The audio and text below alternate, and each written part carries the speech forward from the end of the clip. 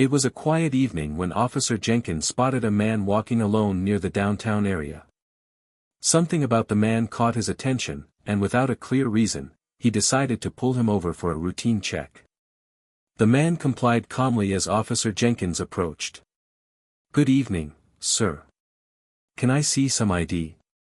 Jenkins asked, trying to keep his tone firm but professional. The man reached into his wallet and handed over his identification. Jenkins glanced at the card and then back at the man, his demeanor shifting slightly as he processed what he was seeing. The man's calm and confident presence made Officer Jenkins feel a bit uneasy. He studied the ID carefully. The name on the card was David Harper, and underneath it read, Chief of Internal Affairs. Jenkins paused, unsure if he'd heard correctly. Internal Affairs was the department responsible for investigating police conduct, the very unit that could open an inquiry into his own actions. Trying to regain control of the situation, Jenkins cleared his throat and asked, "Do you mind telling me why you're out here so late?" David met his gaze steadily. "I was just finishing up some paperwork at the office. Thought a walk would clear my head." Jenkins' mind raced. He wanted to maintain his authority, but now he was face to face with someone who held significant power over the police department. The usual script he played out during stops didn't seem to fit anymore. Instead of the usual interrogation, a quiet tension filled the air. Jenkins realized this interaction wouldn't end the way he normally expected. He needed to think carefully about his next move. Officer Jenkins took a deep breath, trying to steady his nerves. He had been on the force for over a decade, and this was the first time he had ever stopped someone who held such a high-ranking position. He glanced down at David's ID once more, then looked up, searching for the right words. "Chief Harper, I'm sorry if I seemed abrupt. It's just that we've had a string of incidents in this neighborhood lately, and we've been instructed to be vigilant," Jenkins explained, his voice softening. He wanted to make it clear he wasn't trying to cause trouble, but the weight of the moment was undeniable. David nodded slowly, recognizing the underlying tension in Jenkins' words. "I understand the pressure you're under. But remember, part of your responsibility is to respect the rights of every individual, regardless of circumstances." Jenkins felt a pang of self-awareness. He hadn't expected such a measured and professional response. It made him reflect on his own approach. Was he really doing his job with the fairness it deserved? There was a brief pause as the two men looked at each other. Jenkins realized that this wasn't just a routine stop anymore. It was a moment to reassess, to consider how authority should be exercised, with respect and integrity. "Thank you for your understanding, Chief," Jenkins said quietly. "I appreciate your reminder. I'll make sure to keep that in mind moving forward." David smiled faintly, a sign of acknowledgement and trust. "Good. That's all I ask." With that, Jenkins handed back the ID and stepped back. The tension in the air dissolved, replaced by a mutual respect neither had anticipated at the start of the encounter. As Officer Jenkins returned David's ID, he found himself reflecting on the encounter more deeply than he had expected. The usual sense of authority he felt during traffic stops had shifted into something more complicated, a reminder that respect and accountability were the true foundations of law enforcement. David took a slow step back, adjusting his coat as the cool evening breeze swept through the street. "Officer Jenkins," he began, "I'm going to be reviewing some of the recent reports from this precinct. If you ever have questions or concerns, my door is always open." Jenkins nodded, a newfound sense of responsibility settling over him. "Thank you, Chief Harper. I'll keep that in mind. And I appreciate the work you do to keep things fair." For a moment, they both stood silently, the city lights casting long shadows around them. It was clear this brief interaction had left an impression on both men, an unspoken understanding that authority must be wielded with care. David then offered a final nod and turned to continue on his way. Jenkins watched him go, feeling a mixture of relief and respect. As the man disappeared into the night, Jenkins thought about how many other encounters like this might change the culture in the department, one respectful conversation at a time. That night, Officer Jenkins went home with a renewed commitment to carry out his duties with fairness and an open mind, recognizing that every person he encounters deserves dignity. The next morning, Officer Jenkins arrived at the precinct with a sense of determination he hadn't felt in years. The encounter with Chief Harper had stirred something within him, a realization that his role was more than just enforcing rules, it was about serving the community with integrity. Over the next few days, Jenkins noticed subtle changes in his approach. Instead of assuming the worst or relying on gut feelings, he began to listen more carefully and treat everyone he encountered with the same respect he'd shown Chief Harper. Word soon spread throughout the precinct about Jenkins' encounter with the Internal Affairs Chief. Some officers were skeptical, but many saw it as an opportunity to reflect on their own behavior. One afternoon, Jenkins found himself sitting in a meeting with his fellow officers and Chief Harper, who had come to discuss new training programs focused on community engagement and accountability. Chief Harper spoke passionately. "Our goal is not just to enforce the law but to build trust. Every interaction matters. When we respect the people we serve, we strengthen our entire department." Jenkins felt proud as he listened, knowing he was part of this positive change. The incident that could have been just another stop had turned into a catalyst for growth, both for him personally and for the department as a whole. Weeks later, Jenkins received a commendation for his professionalism and commitment to improving community relations. It was a tangible recognition, but more importantly, it was a sign that change was possible. Looking back, Jenkins realized that meeting Chief Harper was more than chance, it was a pivotal moment that reminded him of the true meaning of justice and responsibility. And from that day forward, every time he stepped into his uniform, he carried with him the lessons of respect, fairness, and the courage to do what's right, no matter the circumstances. Months passed, and the precinct began to feel the ripple effects of the subtle but meaningful shift in attitude sparked by that evening's encounter.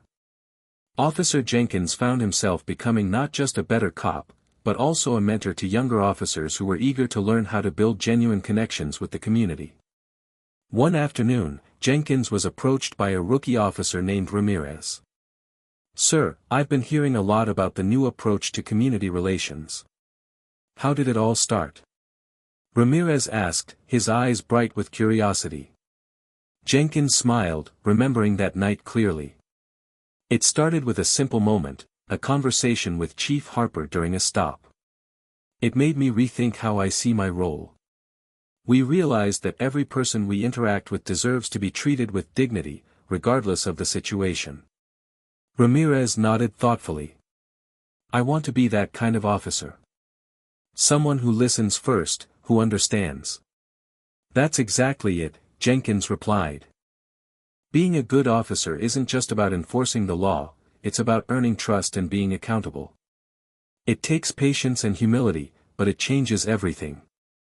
Meanwhile, Chief Harper continued his work behind the scenes, pushing for policies that encouraged transparency and fairness across the department. He made it a point to visit precincts regularly, not just to review reports, but to engage with officers on the ground. At one such visit, he stopped by Jenkins' squad room. "Officer Jenkins," he said warmly, "I've been hearing excellent things about your leadership. Your commitment sets a great example." Jenkins felt a genuine sense of pride, not from the praise, but from knowing that real progress was happening. It wasn't about accolades, it was about making the department a place where justice and respect were more than words on paper. The city itself began to notice. Complaints about police conduct decreased, and community events saw increased participation from law enforcement officers eager to build bridges rather than walls. Jenkins reflected on how a single encounter could transform not only an individual but an entire community. It reminded him that every interaction held the power to create change, if met with openness and respect. And so, the man who was once stopped without question had become a symbol of positive transformation, showing that leadership and accountability start with one conversation and a willingness to listen. The seasons changed, and with them, the atmosphere within the precinct evolved. Officer Jenkins, now recognized not only for his professionalism but also for his genuine dedication to community outreach, found himself at the center of several initiatives designed to bridge gaps between law enforcement and the citizens they served. One chilly autumn evening, Jenkins was invited to speak at a local community center. The room was filled with residents, activists, and young people eager to hear from someone who had seen both sides of the divide. Standing before the crowd, Jenkins began, "I won't pretend I've always gotten everything right. Like many, I once operated on assumptions and routines. But one encounter changed that. It reminded me that behind every face is a story, a life, and a right to be treated with respect." He shared the story of meeting Chief Harper during that quiet evening stop, how the interaction made him rethink his role as an officer, not as a figure of authority only, but as a servant to the community. The room was silent, hanging on every word. Then, hands raised with questions, thoughts, and hopes. One young woman stood up and said, "It's hard to trust the police when we feel judged before we speak. How can things really change?" Jenkins met her gaze with honesty. Change doesn't happen overnight. It starts with small steps, listening, learning, and holding ourselves accountable. It means officers and community members working together, building trust, one interaction at a time. After the event, several community leaders approached Jenkins, inviting him to join ongoing discussions about reform and cooperation. He gladly accepted, recognizing that this was the path forward. Back at the precinct, Chief Harper continued to support these efforts, pushing for more training focused on empathy, cultural awareness, and conflict resolution. Under their combined efforts, the precinct began to shift from being seen as a distant authority to becoming a partner in the community's well-being. Jenkins also took the time to personally check in with officers who struggled with the new expectations. He understood that change was difficult, but believed in their capacity to grow. One day, during a ride-along, a veteran officer confessed to Jenkins, "I was skeptical at first, but seeing how the community responds differently, it's changed my perspective." Jenkins smiled. That's progress.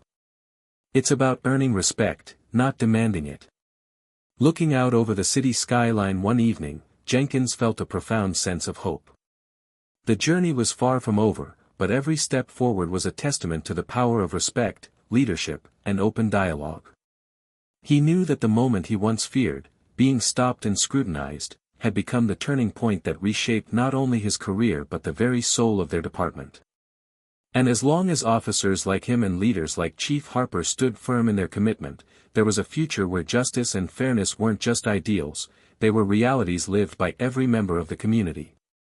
As the months turned into a year, the transformation within the police department became more evident. Community events were no longer met with suspicion but with genuine enthusiasm, as officers and residents worked side by side to address local concerns. Officer Jenkins found himself leading workshops on communication and conflict de-escalation, sharing lessons he had learned from his experience with Chief Harper and his own journey of growth. His story became a beacon of possibility, illustrating how humility and openness could rebuild trust. One particularly memorable day, Jenkins received a call from a neighborhood leader, inviting him to participate in a youth mentorship program. The program aimed to offer guidance and support to young people who often felt alienated by law enforcement. Jenkins accepted immediately, knowing firsthand the importance of connection beyond enforcement. Sitting in a circle with a group of teenagers, he listened as they shared their fears and frustrations. "I don't want to be judged just because of how I look," one young man said softly. Jenkins nodded empathetically. "I understand. That's why I believe officers should earn your trust, not expect it. We need to listen more and act with respect." Over time, those conversations led to small but meaningful changes: more community patrols where officers walked alongside residents, neighborhood meetings where voices were heard, and programs that emphasized collaboration over confrontation. Chief Harper remained a steady presence, championing transparency and accountability. Under his leadership, complaints were taken seriously, investigations were thorough, and reforms were implemented without hesitation. The department's internal culture began to mirror the ideals they promoted externally. Officers like Jenkins became mentors, guiding their peers toward empathy and professionalism. Outside the precinct, the city began to heal. Crime rates dropped, and public perception of the police improved. Residents who once viewed law enforcement with skepticism now saw them as partners in safety and progress. One evening, Jenkins stood outside the precinct, watching families stroll by, children laughing and playing in nearby parks. He thought back to the night he had been stopped and realized how far both he and the department had come. It all started with a conversation, he mused quietly. One moment of respect can change everything. That belief became the foundation for ongoing efforts, a commitment to never forget the power of dignity, the importance of accountability, and the possibility of transformation through understanding. And in that quiet city street, under the glow of streetlights, Jenkins felt a renewed sense of purpose, ready to face the challenges ahead with integrity and hope. The momentum of change within the department continued to build, but it was not without challenges. Officer Jenkins and Chief Harper both understood that true transformation required constant vigilance and unwavering commitment. One day, during a routine briefing, Jenkins addressed the team. "We've come a long way, but we can't become complacent. The work we do every day, every stop, every conversation, matters." Some officers nodded, embracing the message, while others struggled to let go of old habits. Jenkins made it his mission to support those who faltered, offering guidance instead of judgment. Meanwhile, Chief Harper pushed for more comprehensive reforms. He advocated for increased community oversight committees, better training in emotional intelligence, and clearer channels for reporting misconduct. At a city council meeting, Harper spoke candidly about the department's progress and the road ahead. "Accountability is not a one-time fix," he told the gathered officials and citizens. "It is an ongoing responsibility. We must listen to our community and hold ourselves to the highest standards." Outside the official meetings, Jenkins participated in neighborhood forums, where he faced tough questions and sometimes skepticism. Yet, he welcomed the dialogue, knowing that rebuilding trust required transparency and humility. In one memorable exchange, a local pastor said, "Change is possible when people are willing to face uncomfortable truths. Officers like you give us hope." Jenkins felt the weight of those words and carried them with him every day. Amidst these efforts, Jenkins' relationship with Chief Harper deepened into one of mentorship and mutual respect. Harper challenged Jenkins to take on leadership roles, recognizing his influence among his peers and the community. Jenkins embraced these opportunities, leading new initiatives aimed at youth engagement and conflict resolution. His team developed partnerships with schools, local businesses, and social services to address root causes of unrest and foster positive environments. Despite progress, setbacks occasionally occurred, isolated incidents that threatened to undermine trust. But with swift action and openness, the department reaffirmed its commitment to change. Officer Jenkins reflected often on that initial stop, the unexpected meeting with Chief Harper that had become the catalyst for so much growth. He knew that change was not a destination, but a journey, one that demanded patience, courage, and a willingness to listen deeply. And as he looked toward the future, Jenkins remained steadfast, determined to embody the values of fairness, respect, and accountability that could redefine the relationship between law enforcement and the community they served. With time, the precinct's transformation became a model for other departments across the city and even beyond. Officer Jenkins, now a respected leader, often found himself invited to share his experience and insights at conferences and training sessions. One morning, Jenkins received a letter from the police commissioner praising the ongoing progress and inviting him to join a task force focused on institutional reform. It was a testament to how far he had come since that evening when he was stopped and met Chief Harper. At the precinct, Jenkins continued to mentor new officers, emphasizing the importance of empathy, accountability, and community partnership. He often recounted the story of that encounter, not as a tale of authority or power, but as a lesson in respect and humility. Meanwhile, Chief Harper remained a steadfast advocate, ensuring that policies reflected the values they had worked so hard to instill. Together, they celebrated milestones but never lost sight of the work still ahead. One afternoon, during a community event, Jenkins watched children playing while officers and residents mingled freely. The atmosphere was one of hope and cooperation, a far cry from the tension that once marked the neighborhood. A local reporter approached Jenkins and asked, "What's been the key to this turnaround?" Jenkins smiled thoughtfully. "It's simple but powerful: respect and accountability. When we treat each other with dignity and hold ourselves responsible, trust grows. And trust is the foundation of safety and justice." As the sun set, casting a warm glow over the city, Jenkins felt a profound sense of fulfillment. The journey that began with an unexpected encounter had blossomed into something greater, a movement toward a more just and compassionate future. He knew challenges would come, but with leaders like Chief Harper and officers committed to change, there was every reason to believe that progress would endure. And so, with resolve and hope, Jenkins continued his work, a living example that true leadership is measured not by power, but by the respect we show and the difference we make in the lives of others. Years later, Officer David Jenkins stood before a gathering at the city's police academy, now promoted and respected as a senior leader dedicated to shaping the future of law enforcement. He looked out at the fresh faces of recruits eager to start their careers and said, "Every day, you have a choice: to lead with respect or with fear, to build trust or to break it. Remember, the badge you wear is not just a symbol of authority, it's a promise to serve with fairness, integrity, and compassion." He shared the story of the night he was stopped by Chief David Harper, the Internal Affairs Chief, who challenged him to rethink his approach. That encounter became a turning point, not just for him, but for the entire department. "It wasn't easy to change," Jenkins admitted.